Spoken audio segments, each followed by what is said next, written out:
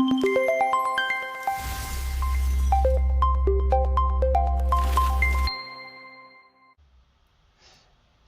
à tous et bienvenue du coup dans ce nouvel épisode de Pixel et Position.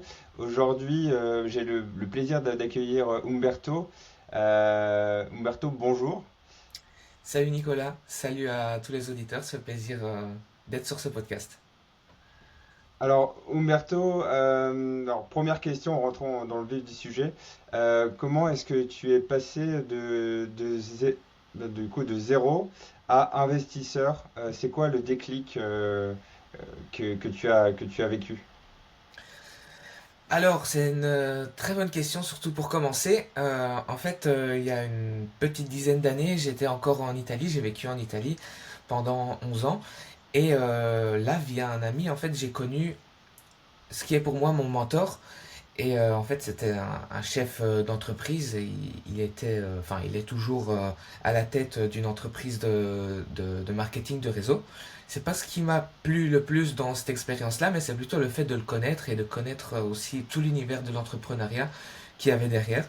Et je me suis lié d'amitié avec lui. En fait, tous les samedis, j'allais dans son bureau pour discuter avec lui. Il me faisait vraiment des leçons hein, sur l'entrepreneuriat, sur le business, sur le monde de l'investissement. Et il m'a fait connaître aussi un fameux auteur qui est prénommé Robert Kiyosaki, l'auteur du livre Père riche, Père pauvre. Et ce qui m'a particulièrement plu là-dedans, alors que moi à la base j'aimais pas du tout tout ce qui est lecture, j'ai jamais aimé lire en fait, mais c'est parce qu'on me faisait lire des livres, des romans à l'école, etc. Et ça me plaisait pas. Mais en fait, j'ai eu le plaisir de redécouvrir la lecture parce que c'était des livres qui me plaisaient vraiment, donc investissement, business, etc. Et donc ce qui m'a plu le plus dans tout ça, c'est le concept, le principe de l'argent qui génère de l'argent. Donc faire travailler l'argent pour lequel j'ai travaillé et ensuite le dépenser et non pas le contraire. Dépenser l'argent qu'on vient de, de- d'avoir, ce qu'on fait souvent quand on n'a pas d'éducation financière. Donc voilà, tout ce qui est autour de l'éducation financière euh, et, euh, et ça a été un gros déclic pour plus tard, donc pour toute ma carrière jusqu'à présent d'investisseur. Ok. En 2018, tu commences la bourse et l'immobilier en même temps, en plus. C'était une stratégie réfléchie à l'époque ou est-ce que tu t'es lancé à l'aveugle? Alors, en fait, moi, ce que j'ai eu après ce déclic, ce fameux déclic, c'était le rêve de la liberté financière, parce qu'on nous parle souvent de ça, et moi, c'était vraiment ce qui me parlait vraiment. Donc, mais pour ce faire, étant donné que je suis pas né forcément dans une famille millionnaire, donc qui me permettait d'atteindre la liberté financière sans rien faire, ben, ce que j'ai fait, c'est que je suis passé par la case salariat, ce qui m'a permis d'acheter de l'immobilier. Et donc, cet immobilier-là, donc que j'ai loué en location courte durée parce que ben, la location courte durée, on le sait très bien, ça permet de dégager une rentabilité beaucoup plus importante par rapport à une location traditionnelle. Donc ça m'a permis d'avoir du cash flow qui dormait sur des comptes en banque. Et donc je me suis dit, mais en fait, pourquoi ça doit dormir sur des comptes en banque? Je suis, disons, revenu sur le principe de l'argent qui génère de l'argent au lieu de l'argent qui dort sur un compte. Donc je me suis dit, ben, en fait, je vais m'intéresser à tout ce qui est bourse, investissement boursier, parce que c'est un placement auquel mon meilleur ami à l'époque m'avait introduit. Bon, on avait 18 ans, mais lui, il était déjà assez averti dans ce domaine-là, il était à fond dedans, mais moi, j'avais pas forcément compris grand-chose, parce qu'il me l'avait expliqué d'une manière telle que c'était, pour moi, c'est du chinois. Donc, euh, donc je me suis dit, je vais m'intéresser à ça et c'est à partir de ce moment-là que j'ai commencé à investir. Bon, j'ai perdu au début parce que je savais pas comment investir. J'ai lu beaucoup, je me suis formé et voilà, en parallèle de l'immobilier, j'ai investi mon argent là-dedans et c'est c'est ce qui m'a plu le plus, c'est devenu vraiment une passion. L'immobilier, bon, ça tournait et ça tourne encore maintenant de manière automatisée, mais ma vraie passion, c'est sur la bourse, parce que c'est un domaine que j'ai découvert voilà, à 18 ans, même si j'avais pas une super expérience, mais ensuite, en faisant le parcours de moi-même, je me suis retrouvé avec cette nouvelle passion qui me suit jusqu'à présent. Ok. Euh, Lancer la bourse et l'immobilier en même temps, c'est super ambitieux, mais c'est aussi le meilleur moyen, en tout cas parfois, de se prendre les pieds dans le tapis quand on n'a pas encore de système en place. Ouais. Euh, on dit qu'on apprend de ses erreurs, mais il y en a certaines qu'on préfère éviter. Alors, c'est quoi, toi, ta plus grande erreur d'investisseur, celle que tu regrettes encore aujourd'hui? Je dirais d'avoir investi sur PayPal quand il fallait pas. En fait, c'était, on va dire, une action que j'aurais pas dû forcément acheter parce que j'avais en fait établi ma méthode et PayPal c'était une action que j'avais dans le collimateur mais qui faisait que baisser. Et je me suis dit, étant donné qu'elle baisse, elle baisse, elle baisse, elle ne pourra que remonter. Alors que c'est vraiment le mauvais état d'esprit à avoir dans la bourse. C'est pas parce qu'une action baisse, et même une action qui est très solide fondamentalement, qu'il faut euh, se plonger dessus, l'acheter, etc. parce qu'elle pourrait ne jamais remonter. Et malgré le fait que j'avais ma stratégie, et ma stratégie me disait que c'était pas intéressant de l'acheter, j'ai, disons, acheté cette action et je l'ai revendue après à perte pour me dire, ben voilà, je vais suivre aveuglément ma stratégie parce que elle fonctionne, donc il n'y a pas de raison pour que j'en fasse qu'à ma tête, j'investisse au feeling comme on dit, ça fonctionne jamais. On peut avoir un coup de chance une fois, deux fois, mais sur le long terme, ça paye jamais. Donc, euh, donc oui, je dirais que c'est vraiment ça l'erreur, mais pas l'erreur dans le fait de, d'avoir perdu de l'argent. Oui, bien sûr, c'est pas super de perdre de l'argent quand on investit, mais c'est plutôt pour un fait de me dire que j'avais une stratégie, je savais que je devais me tenir à cette stratégie-là, et je ne l'ai pas fait. Pourquoi? Parce que je me suis fait avoir par mes émotions. Alors que les émotions, on les laisse de côté, c'est ce que j'enseigne aussi maintenant à mes élèves. Dans mon académie, je dis, voilà, les émotions, on les laisse de côté. D'ailleurs, un des premiers enseignements, c'est la partie mindset. C'est hyper important. Pour moi, c'est 50% des choses. Parce qu'on a pour moi 50% de mindset et 50% de stratégie dans l'investissement. L'un ne va pas sans l'autre. Et parce que si on n'a pas le mindset, ben, tôt ou tard, on va en payer les conséquences. Donc oui, c'est ça ma vraie erreur de ne pas avoir suivi à la lettre ma stratégie. Ok. Aujourd'hui, alors, de nombreux Français ont de l'argent qui dorme sur leur compte courant. J'avais vu Mhm. une stat qui disait que 42% laissent au moins 10% de leur argent sur un compte courant, Ouais, c'est fou. ce qui est énorme. C'est quoi la vraie raison selon toi? Est-ce que c'est de la peur, de l'ignorance ou de la procrastination? Ben, moi, je dirais que c'est un mix de tout ça. On entend souvent que, enfin surtout moi, étant donné que je côtoie beaucoup de personnes dans ce milieu-là, des personnes qui viennent me voir parce qu'elles sont intéressées, elles me disent tout le temps les mêmes choses. La bourse, c'est trop compliqué, ça prend du temps, si je perds tout, qu'est-ce qui se passe? Donc, euh, donc voilà, c'est vraiment ce qui revient souvent et, et j'ai pas envie de dire à tort, parce que on complexifie la bourse pour nous pousser et quand je dis on, c'est tout ce qui est médias, c'est les vidéos sur YouTube, on essaie de complexifier tout ça pour nous pousser justement à ne pas investir de nous-mêmes euh, et donc à confier notre argent soit à notre banquier, soit à un conseiller financier ou à un gestionnaire de patrimoine qui souvent vont nous vendre des produits qui leur rapportent plus à eux en commission qu'à nous. Euh, Tout simplement parce que même si le produit qu'on va prendre auprès d'une de ces personnes-là nous ramène de la performance annuelle, ok, ça peut être intéressant, quelques pourcents, mais ce qu'on ne pense pas en amont, avant de signer le contrat, c'est qu'il y a toute une série de frais, des frais d'entrée par exemple. On a un certain pourcentage quand on va confier notre argent, même avant d'avoir de la performance, des frais annuels, parce que apparemment il y a des frais qu'on nous prend pour, euh, pour gérer les comptes, et des frais de sortie euh, quand on veut retirer notre argent, plus des frais sur la performance que le gestionnaire, le conseiller, le banquier va faire. Donc en fait, c'est toute une série de frais.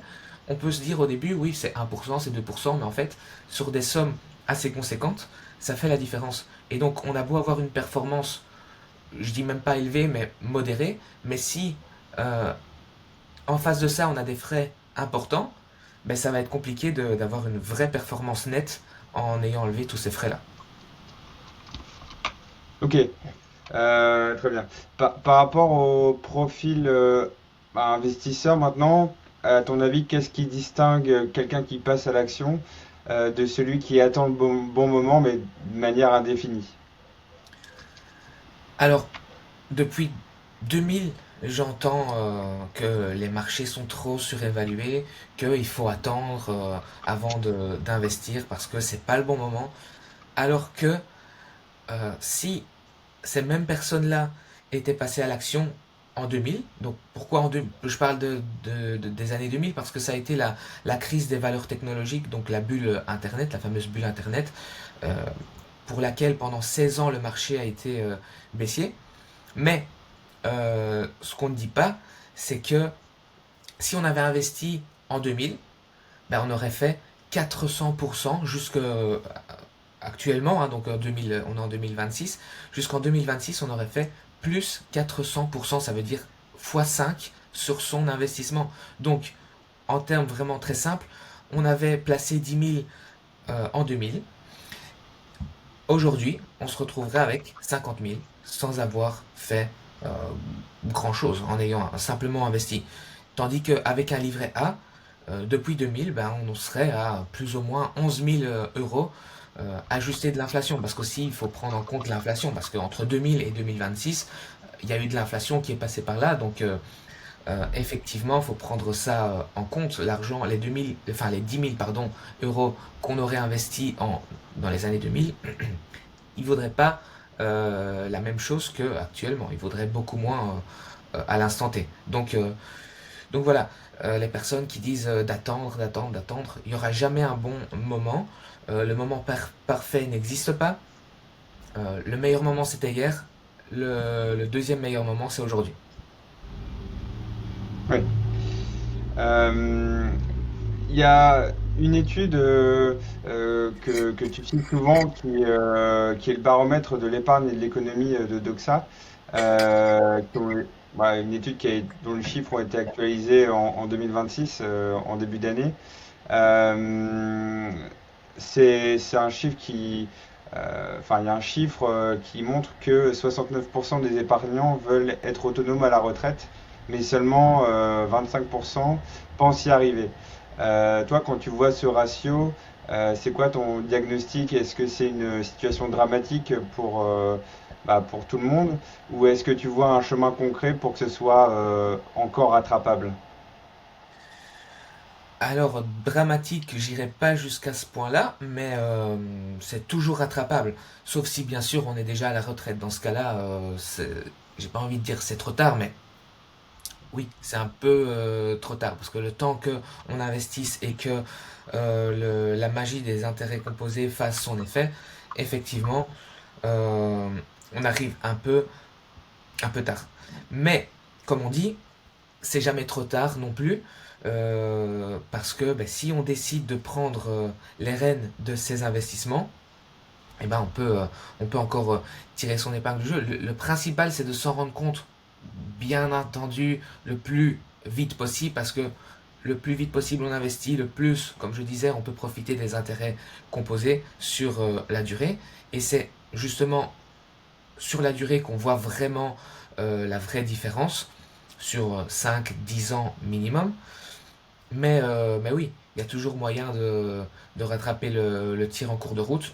Le plus important, c'est d'en être conscient et de savoir qu'on veut finalement passer à l'action parce que son argent fait du surplace, voire perd de sa valeur. Parce que entre un taux d'intérêt qui est au plus bas, on parle de 1,5% aux dernières nouvelles, et un taux d'inflation qui est sur les 2%, voire ici on était en fin de mois d'avril, on était à 2,5% d'inflation, hein.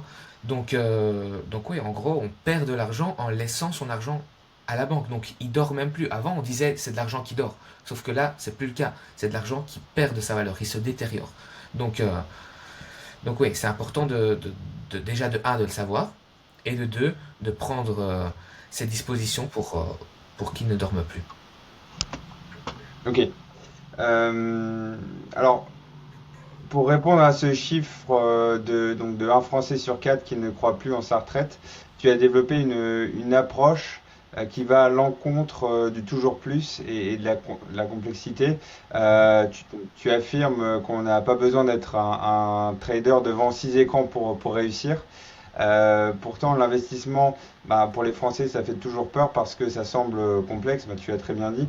Toi, tu arrives avec un sigle qui promet voilà, de changer pas mal de choses. Euh, alors, c'est quoi concrètement la méthode MMX? Est-ce que tu peux nous expliquer simplement ce que c'est? Tout à fait. Ben, je vais aller droit au but. En fait, c'est une méthode d'investissement très simple mais très puissante en même temps, qu'on met en place en 10 minutes seulement par mois et qui consiste à investir sur l'actif qui est le plus puissant. Tout simplement parce que l'actif qui a été le plus performant dans le passé, c'est celui qui a le plus de probabilité de performer dans le futur. Et c'est pas moi qui le dis, c'est le principe du momentum qui a été validé par des grands économistes et investisseurs comme Eugène Fama, Nicolas Darvas, William O'Neill et plein d'autres. Il y a eu 300 papiers de recherche là-dessus. Et c'est utilisé actuellement par les plus grands fonds d'investissement en Amérique.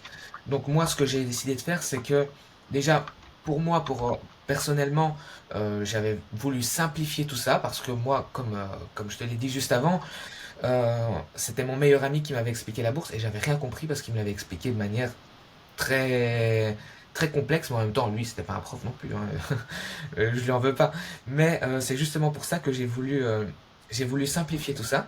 Déjà pour moi de un et ensuite de 2 quand on m'a dit que ce que j'expliquais à mes proches, c'est mes proches qui m'en ont parlé, je leur expliquais un petit peu ce que je faisais, ils me disaient, mais en fait, tu nous expliques ça de manière tellement simple que on arrive à comprendre des principes qui en principe, sont compliqués à comprendre. Donc pourquoi est-ce que tu démocratiserais pas ça à plus grande échelle?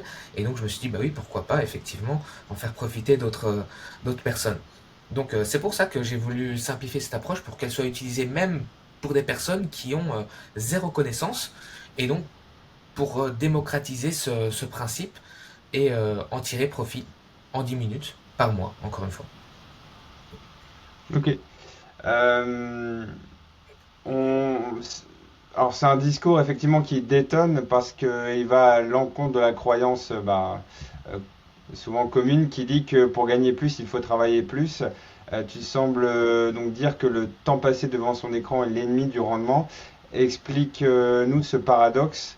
Tu promets 10 minutes de travail par mois, et comment est-ce possible sans sacrifier la performance? Oui, effectivement. Donc moi en fait, pourquoi j'aime bien la simplicité et pourquoi ça fonctionne aussi, parce que je me suis rendu compte au début surtout que, bah, étant donné que je voyais moi aussi la bourse comme quelque chose de complexe, mais pour moi il fallait des mécanismes, des éléments très très complexes et de plus en plus d'éléments pour pouvoir investir. Donc donc au final, je me suis dit qu'en fait, plus j'avais d'outils, d'éléments avec moi, et plus et moins en fait j'arrivais à avoir de rendement. Parce que je complexifiais la chose et j'essayais de toujours faire plus, mais en fait je me rendais compte que je faisais beaucoup moins. Et, euh, et donc j'ai voulu simplifier ça au maximum. Et comme on dit toujours, less is more. Donc j'ai voulu aller droit au but. Et, euh, et, et surtout parce qu'on nous fait croire que, comme je disais, la bourse, c'est hyper compliqué, que plus tu veux de rendement et plus tu dois être derrière tes écrans, ou sur des graphiques incompréhensibles à longueur de journée, alors que c'est pas du tout vrai, et j'en suis l'exemple. Donc 10 minutes par mois, pas plus, c'est largement suffisant pour atteindre une performance annuelle à 2 chiffres. Et comment? Ben avec un système que j'ai mis au point et qui se base sur des formules que, voilà, comme je disais, j'ai des formules que j'ai mis au point et que mes élèves ont. Donc c'est pas des formules qu'il faut mettre au point, hein, c'est quelque chose que je délivre. Et ensuite, bah, chaque mois, il y a deux trois données à rentrer. Et voilà, comment en 10 minutes on peut savoir sur quoi investir. Ok. Euh, J'imagine qu'il y a un avant et un après MMX. Je pense que les gens veulent voir le résultat final, la preuve que la machine est lancée. Toi, si tu devais isoler l'action qui symbolise leur réussite, pour tes élèves qui partent vraiment de zéro, quel est le premier geste concret qu'ils font à la fin de l'accompagnement? Ok, donc ben à la fin de l'accompagnement, je dirais que il passe massivement à l'action. Ça, c'est vraiment une condition sine qua non parce que ben, sans passage à l'action, ça reste qu'une formation, qu'un accompagnement au final, même si il y a toute la partie mindset qui permet de comprendre que déjà il faut passer à l'action, mais quand on le fait, enfin quand on l'étudie c'est une chose, quand on le fait c'est une autre. Donc c'est ce que je dis aussi lors des coachings de groupe qu'on a ensemble avec mes élèves, c'est que je dis c'est très bien d'avoir étudié la partie théorique, maintenant il faut suivre les coachings qu'on a ensemble, parce que c'est ce qui permet aussi de passer à l'action. Et, et en fait, ils le font tout naturellement. Ce que je dis aussi, c'est pour les aider justement à mettre en pratique ce passage à l'action, c'est de commencer avec petit. Euh, Même si on a un capital conséquent, j'ai des élèves qui ont de l'épargne à hauteur de plus de 100 000 euros. Et je leur dis, c'est très bien, parce que vous avez une longueur d'avance sur les autres, c'est clair. Mais ce que je vous conseille, c'est de commencer petit, parce que dès qu'on va investir, c'est dans la nature humaine, on va vouloir voir si ça monte, si ça baisse. On va commencer à paniquer pour certains. Donc ce que je dis toujours, c'est commencer avec le montant avec lequel vous êtes totalement à l'aise, parce que ben, le but, c'est de faire fructifier son argent de manière relaxe, tranquille, de pouvoir dormir sur ses deux oreilles et non pas de stresser d'être derrière ses écrans. Sinon, ben, on tombe dans le piège du trader et c'est pas le but avec cet accompagnement-là. Le but, c'est de pouvoir se dégager un rendement de manière sereine, mais pérenne aussi, et sans devoir sacrifier sa vie de famille ou bien tout, tout simplement son temps. Donc voilà, mais le passage à l'action, il est très important, sinon ben, ça reste que de la théorie. Hmm. Très bien. Quand on commence à s'intéresser aux finances, on est vite bombardé d'opportunités, le dernier projet immobilier, la crypto qui explose, les actions à dividendes. Le risque, c'est plutôt de faire un peu de tout et finalement rien de bien. Toi qui as testé plusieurs piliers, plusieurs leviers dès 2018, entre ETF, crypto, immobilier, est-ce que tu mixes tout ça dès le départ ou est-ce que tu conseilles plutôt une approche par étapes et un peu plus diversifiée? Alors, ça dépend du profil que j'ai en face de moi, mais moi je dirais étape par étape. Donc, on commence de un par la sécurité, donc avec des ETF, et ensuite, si on a vraiment, disons, l'envie, pas forcément le besoin, parce que quand on est dans le besoin, on va faire on va mettre en place des actions qui sont pas forcément les meilleures, parce qu'on va vouloir engranger du cash, mais c'est dans ces moments de besoin-là on prend des mauvaises décisions. Mais ensuite, si on a, disons, l'envie, on peut aller aussi sur euh, l'achat d'actions singulières, comme on appelle ça le stock picking, ou bien de la crypto. L'immobilier, par contre, c'est de plus en plus compliqué. Je le vois parce que moi j'ai commencé en 2018 et j'ai vu l'évolution de l'immobilier, notamment avec les banques qui prêtent de moins en moins, ou bien il faut avoir des conditions enfin ils demandent des conditions de plus en plus strictes niveau salaire, niveau contrat. Il faut du capital aussi. C'est fini l'époque des 110% de prêt, donc on te prête pour le bien immobilier plus les travaux. Bien sûr, il y a toujours quelqu'un qui va me dire, moi, on m'a prêté, ok, mais ça dépend de ta condition. Si par exemple, tu as déjà un bien que tu peux mettre en garantie, un bien qui est déjà payé, ou bien si tu ne l'as pas toi, mais quelqu'un de ta famille peut mettre en garantie un bien, alors oui, dans ce cas spécifique-là, tu peux emprunter la totalité plus même des travaux, mais ça reste des cas très isolés. Donc ensuite, il y a aussi la gestion qu'il faut prendre en compte, parce que, et sans parler forcément de location courte durée, mais même la gestion de manière traditionnelle, faut s'occuper du locataire qui va peut-être nous appeler en plein milieu de la nuit parce que la chasse s'est cassée, parce que si ne va pas, le radiateur ne fonctionne pas. Donc plein de choses. Et ensuite, un gros désavantage aussi que j'ai découvert euh, sur mon parcours, c'est le fait que l'immobilier, c'est pas liquide du tout. Dans le sens où, si on a besoin d'argent, on peut pas, c'est pas une action qu'on peut revendre en un clic d'immobilier avant de le vendre. Si on le vend directement, il faut au moins attendre 3 mois. Parce que bah, le temps de faire tous les papiers, le notaire, la paperasse, etc., etc., ça prend du temps. Donc oui, il y a des avantages parce que ça reste du patrimoine, mais si on tombe dans une mauvaise phase, ben, on pourrait se retrouver avec un boulet autour de la cheville. Donc c'est pour ça que au fil du temps, je me suis dit que la bourse, c'était plus adapté à mon profil. Et, mais je comprends très bien les personnes qui défendent ça ou bien qui font un mix des deux. Moi, comme j'ai dit, je suis aussi investi dans l'immobilier, mais c'est parce que je l'étais avant. Si je devais recommencer aujourd'hui, c'est pas l'immobilier que je prendrais comme premier pilier d'enrichissement, ça c'est sûr. Hmm. Maintenant, on entend partout que le coût de la vie augmente et que c'est un coup dur pour le portefeuille des Français, des ménages. Mais en finance, qui est une charge pour les uns et souvent un profit pour les autres. Euh, on sait aussi que l'inflation remonte à 2,5%. Alors d'après toi, c'est une mauvaise nouvelle qui doit nous inquiéter ou au contraire, est-ce que c'est une opportunité cachée pour les investisseurs? Alors, je dirais que c'est une mauvaise nouvelle pour tout le monde, dans le sens où ben, on a l'inflation, donc les prix à la consommation augmentent. Euh, donc exactement, c'est ce qu'on dit, mais ça a un impact moindre effectivement sur les personnes aisées, et plus précisément sur les personnes qui investissent, car qui dit augmentation des prix à la consommation dit aussi augmentation de la valeur des actifs. Donc, l'immobilier qui monte, les actions en bourse qui ont tendance aussi à performer.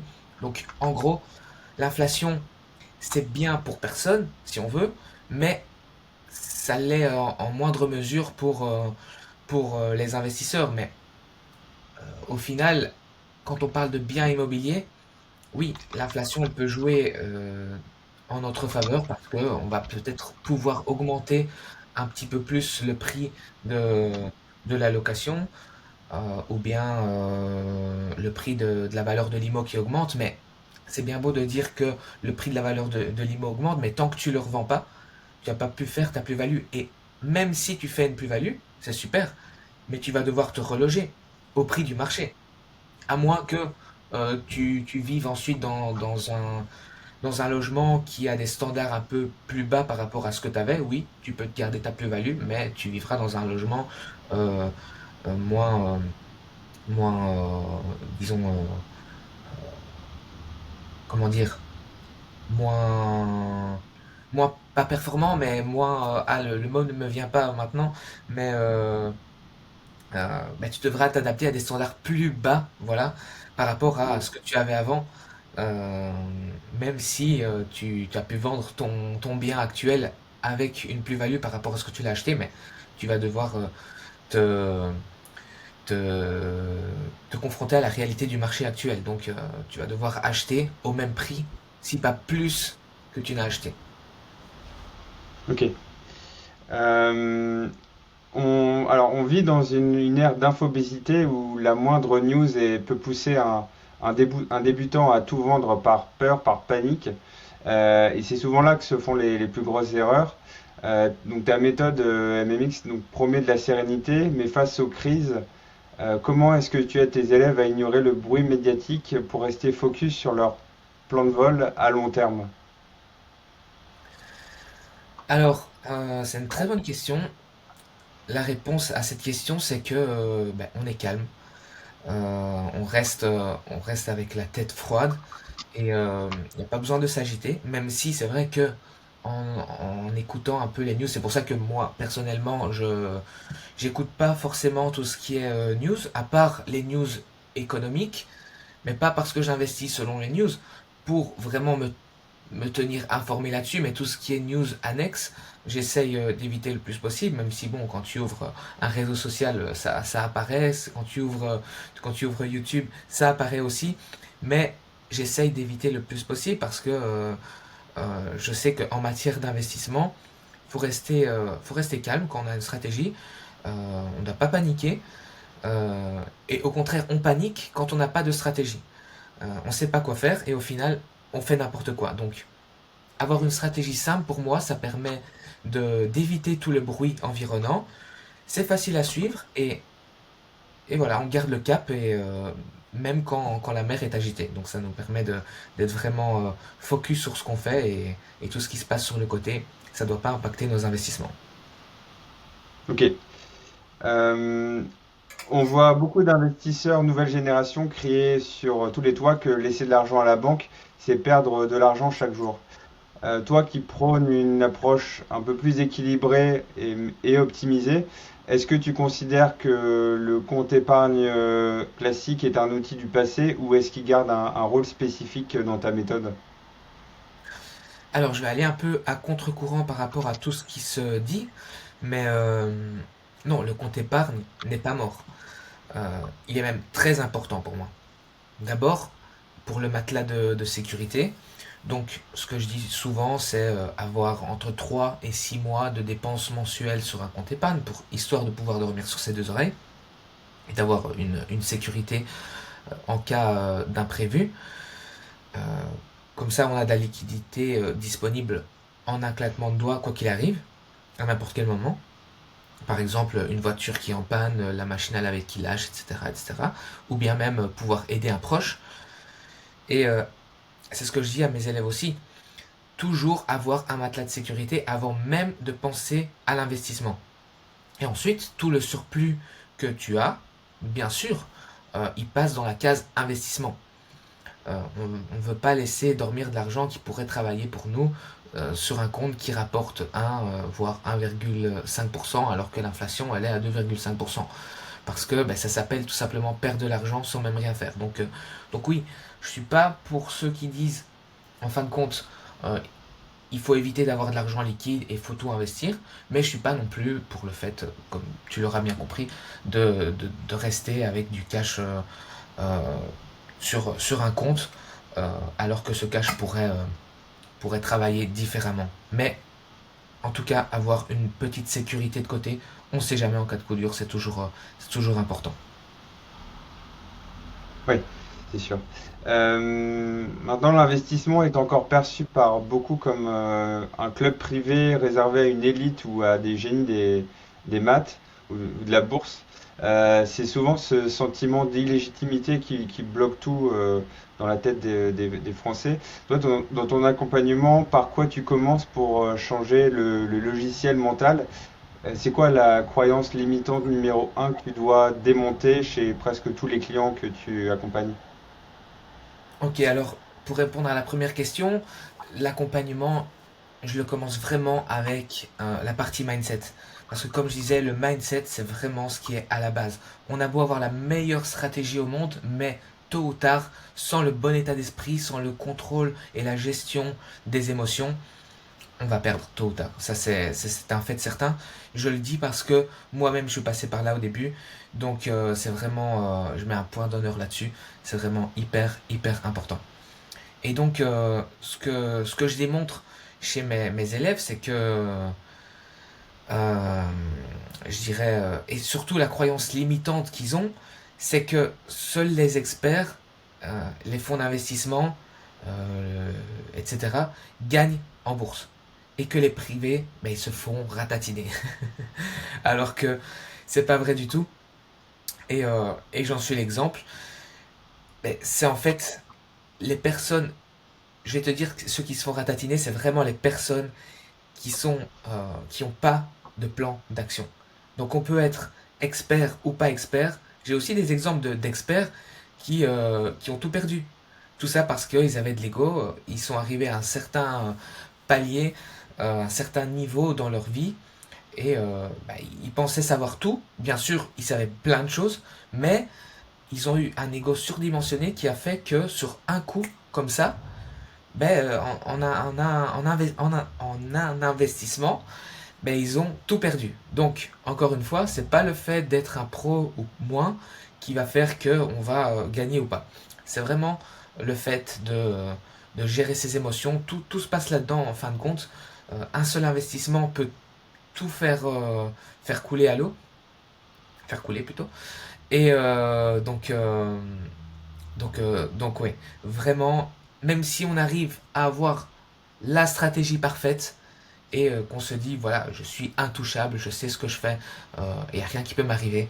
En fait, même en ayant des investissements qui performent au jour le jour, année après année, il faut toujours se remettre en question, avoir la tête froide et se dire, voilà, j'ai fait cet investissement, ça m'a rapporté autant, ok, je prends mes bénéfices. Ensuite, on recommence avec un autre investissement. C'est comme si on repartait de zéro, avec la même stratégie, pas besoin de s'affoler, on garde le cap et tout ira bien.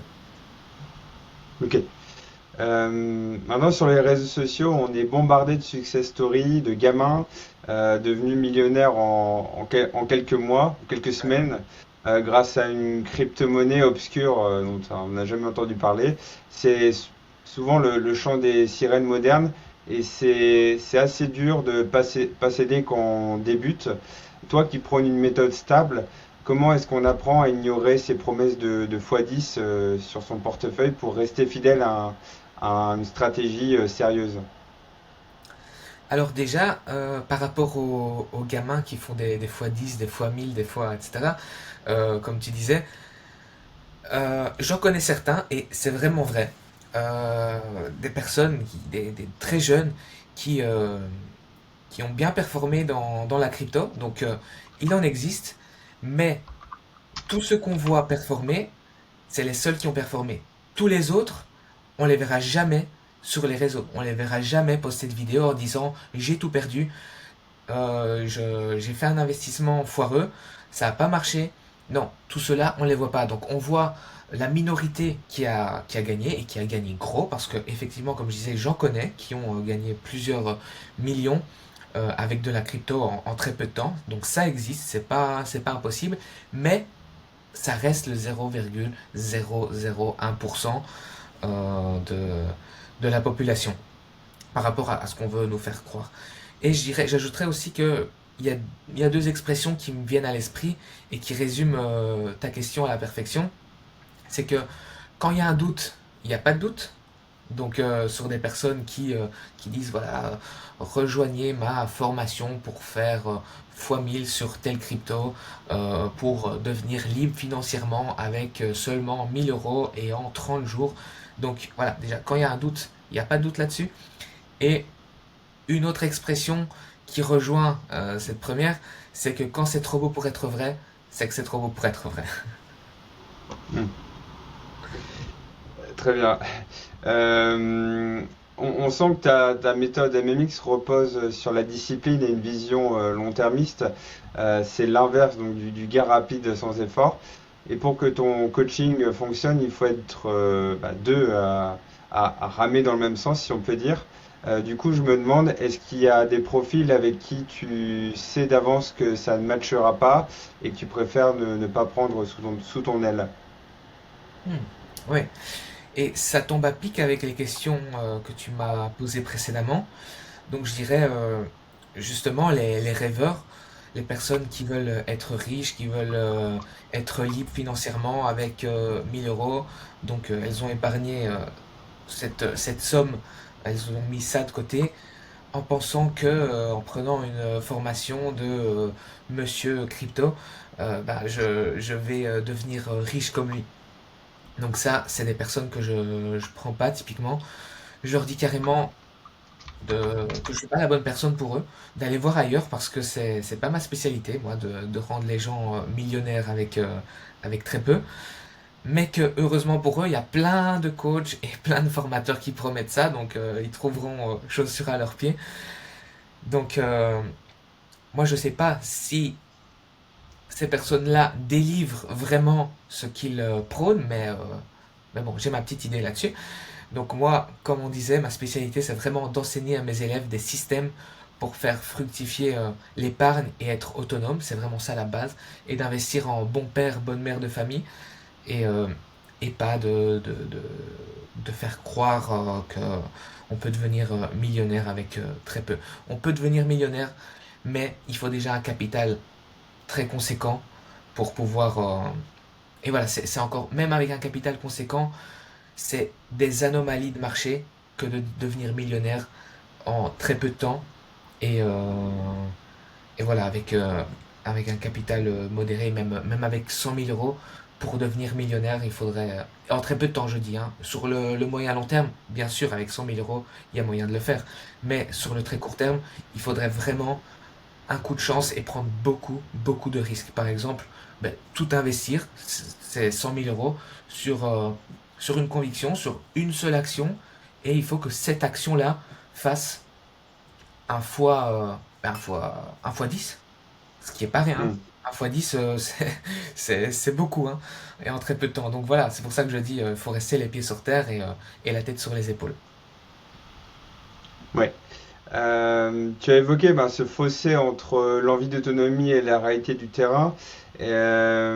Pour beaucoup, la finance reste une boîte noire et toi, tu essaies de rendre les clés aux principaux intéressés. Euh, Quand tu regardes le chemin parcouru depuis 10 ans, quelle trace est-ce que tu espères laisser sur la culture financière des salariés belges et francophones? Alors, ce que j'aimerais bien, c'est que de plus en plus de personnes soient éduquées euh, à l'investissement et à la bourse, hein, parce que bon, on parle d'investissement, mais quand on parle d'investissement, on pense directement à l'immobilier, surtout dans le monde occidental, enfin, dans le monde, en Europe, hein, on va pas dire qu'en France, mais en Europe de manière générale, même si les mentalités sont en train d'évoluer dans ce sens-là, donc c'est super, parce qu'il y a de plus en plus d'acteurs dans ce domaine-là, et surtout qu'ils aient plus à l'esprit que la bourse, c'est totalement différent du casino. Parce que quand on entend bourse, directement, ce qu'on nous a véhiculé pendant des années, c'est quoi? C'est que la bourse, c'est le casino. La bourse, c'est comme parier sur, euh, sur une équipe qui va gagner ou qui va perdre, qu'on a une chance sur deux de gagner. Alors que c'est pas ça du tout. Mais que c'est possible de faire fructifier son capital sur le moyen long terme.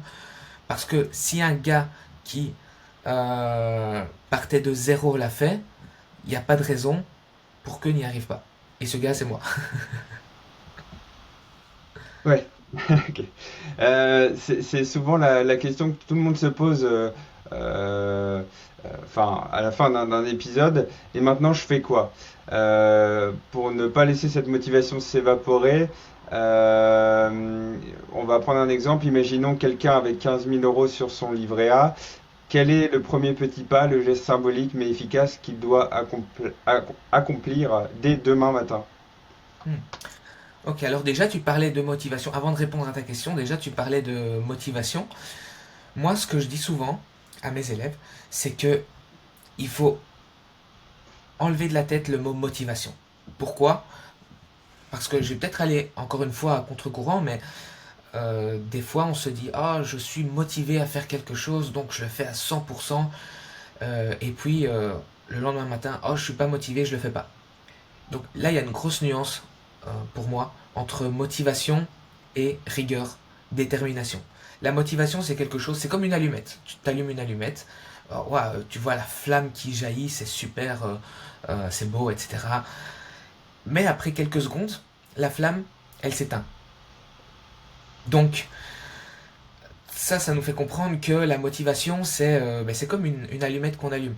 On en a plein, on déborde de motivation au début et ensuite, au fur et à mesure que le temps passe, on va plus en avoir. Tandis que la détermination, c'est quoi? C'est le fait qu'on ait un objectif en tête, on ait un why, un pourquoi qui est fort. Donc, pourquoi je veux faire telle chose ou telle chose. Et donc, à chaque fois qu'on a un coup de mou, comme on dit, on sait pourquoi on le fait. Et donc, on va pas avoir besoin de la motivation pour se dire qu'on va continuer à le faire. Non, on sait qu'on a un objectif, que c'est un objectif de vie, qu'il faut le réaliser coûte que coûte. Et donc, même si on a des journées où on n'a pas forcément envie de mettre les choses en place, mais on va se rappeler de ce, de cet objectif-là et on va travailler pour ça. Tandis que la motivation, moi j'apparente ça aux vidéos motivationnelles ou aux beaux discours. Euh, on ressort de là avec une motivation qui est fois 1000, mais ensuite le jour d'après on se réveille et la motivation elle a disparu et on va plus rien faire. Donc c'est pour ça que je voulais aussi euh, donner cette petite astuce-là de pas se focaliser sur la motivation, mais sur son pourquoi profond intérieur qui va nous amener à aller de l'avant même quand on n'en a pas forcément envie. Et donc pour répondre à ta question, au final, le premier truc à faire demain matin, je dirais, alors déjà, si on a 10 000 euros, on en prend déjà 100 pour s'acheter 3 4 livres. Déjà, la première chose à faire, c'est ça. C'est si on n'a pas encore de livres sur ce sujet-là, on en achète 3 4, on les lit, on les étudie, on les relit encore et encore. Et moi, ce que je peux conseiller, c'est par exemple, euh, ben, je vais donner quelques exemples de livres qui ont fait un déclic chez moi. C'est par exemple l'Almanach de Naval Ravikant.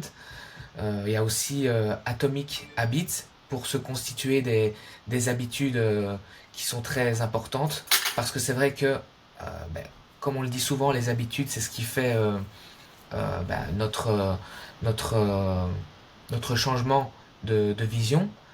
Et donc c'est ce qui va nous permettre d'avoir des habitudes saines. Donc Atomic Habits avec un H au début.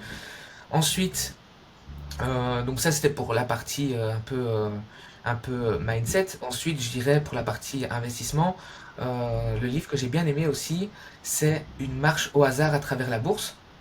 Ça m'a fait un déclic. Je vous invite vraiment à le lire. Et je dirais aussi le petit livre pour investir avec bon sens, si même ma mémoire est bonne, c'est de John Bogle. Mais en tout cas, voilà. N'hésitez pas à le taper sur Google, vous allez trouver ça. Donc voilà, sur ces 10 000 euros, 100 euros bien investis, ces 4 livres-là. Et ensuite, bien sûr, il y en a pas mal d'autres aussi, hein, mais c'est très important d'avoir des bonnes bases. Donc ça, c'est le premier investissement intelligent. Ensuite, comme pour toute chose qu'on a envie d'entreprendre et qu'on veut faire à 100%, il n'y a pas de secret, il n'y a pas de mystère. Il faut se former. Et je dis pas ça parce que j'ai mon académie en ligne avec mes élèves que j'accompagne, pas du tout. Mais c'est parce que moi-même, je me suis formé tout au long de mon parcours et je me forme encore pour aller plus loin et plus vite sur des domaines divers et variés. Donc faut juste avoir l'humilité de se dire, oui, j'ai pas les connaissances dans tel ou tel domaine, mais je peux réussir, donc je vais apprendre. Pareil quand on fait des études, qu'on veut devenir électricien, ou bien dans les ressources humaines, ou bien ingénieur, ou bien dentiste, etc., etc. Qu'est-ce qu'on fait? On va à l'école, donc on va à l'école, on se forme. Maintenant, faut pas non plus sauter sur le premier venu, c'est clair. C'est important de s'informer. Quand on fait des études, on va choisir l'école dans laquelle on veut faire nos études. Si on a eu des mauvais échos sur telle ou telle école, c'est clair qu'on va avoir tendance à pas y aller, mais on va avoir tendance à aller dans des écoles plus prestigieuses qui ont des bons témoignages pour lesquels il y a un bon bouche à oreille. Donc tout ça qui se met en place. Et concernant les témoignages, moi ce que je conseille souvent, c'est de regarder les témoignages vidéo parce que n'importe qui peut écrire des témoignages par écrit. Donc c'est très important d'avoir des retours où on voit de l'humain derrière ça. Et je dirais que il y a aussi bien sûr des personnes qui sont autodidactes, mais c'est des personnes aussi qui ont mis des années et des années avant de comprendre quelque chose et qui ont perdu aussi des milliers, voire des dizaines de milliers d'euros pour enfin trouver une méthode qui fonctionne pour eux. Et justement, une de ces personnes, mais tu l'as devant toi. C'était moi avant de me former. J'ai perdu, comme je disais, des années et pas mal d'argent à tester des choses qui fonctionnaient pas. Donc, euh, donc j'ai essayé moi-même de mon côté sans résultat et il m'a fallu quelques mois seulement pour tout changer une fois que j'ai pris la décision de lire, de me former. Euh, donc, euh, donc je suis pas en train de dire formez-vous, mais euh, c'est juste qu'il faut savoir que si on veut faire tout seul, ben ça prend du temps. On fait des erreurs, on perd de l'argent et des sommes plus ou moins colossales aussi certaines fois. Et si on se forme, oui, c'est clair, c'est un investissement au début, mais ensuite, ça va permettre aussi d'aller beaucoup plus loin et beaucoup plus vite, et on fera moins d'erreurs, vu qu'on apprend des erreurs d'autres personnes qui les ont faites bien avant nous, et on évite de les refaire. Donc voilà, tout est question de point de vue, c'est un choix à faire. Ok. Bon, on arrive au terme de notre échange. Est-ce qu'il y a une question ou un sujet que tu aurais aimé que j'aborde et qui n'a pas été évoqué? Alors, ben, je pense que tu as été assez complet par rapport à toutes les questions. Donc, euh, donc franchement, j'ai, je pense je pense avoir bien couvert en toute humilité euh, les questions que tu m'as posées. Maintenant, si les personnes qui nous écoutent ont des questions, bah, je pense que elles pourront nous poser les questions en commentaire et, je me ferai un plaisir d'y répondre. Donc voilà, n'hésitez pas de poser des questions en commentaire, ça fait toujours plaisir, mais surtout de pouvoir apporter de la valeur, euh, en plus de la valeur qui a été, je l'espère, apportée durant cette interview. Euh, voilà, sans filtre, j'ai donné tout ce que je pouvais donner. Ça fait plaisir de pouvoir partager mon expérience et le retour que j'ai par rapport à l'investissement en bourse avec d'autres personnes qui sont intéressées sur le sujet. Donc n'hésitez pas à poser vos questions en commentaire si vous en avez. Ok, très bien. Du coup, toi, sur quels réseaux sociaux ou quel canal on peut te retrouver? Alors, on peut me retrouver sur LinkedIn, donc avec mon nom et mon prénom, donc Umberto Sana. Je ne sais pas si tu as prévu de laisser Oui. les liens en description. Si jamais il y aura les liens en description, il y a aussi Instagram, je suis présent là-dessus. Et voilà, sur ma chaîne YouTube aussi. Donc, euh, donc voilà. Top. Bah, merci pour la valeur ajoutée et ton temps, Umberto. Et à tous les auditeurs, en tout cas, je vous dis à très vite pour un nouvel épisode de Pixel et Position. Et je vous souhaite une excellente journée. Ça a été avec grand plaisir. Merci beaucoup Nicolas. Ça m'a fait plaisir de pouvoir partager tout ça avec toi, avec les auditeurs aussi. Donc, euh, donc voilà, avec très grand plaisir et pourquoi pas une prochaine fois pour peut-être une autre thématique, pour creuser peut-être encore plus. Je suis je suis toujours ouvert pour quand il s'agit de partager de la valeur. Bah top. Merci à toi et à très vite. Ciao. Ciao.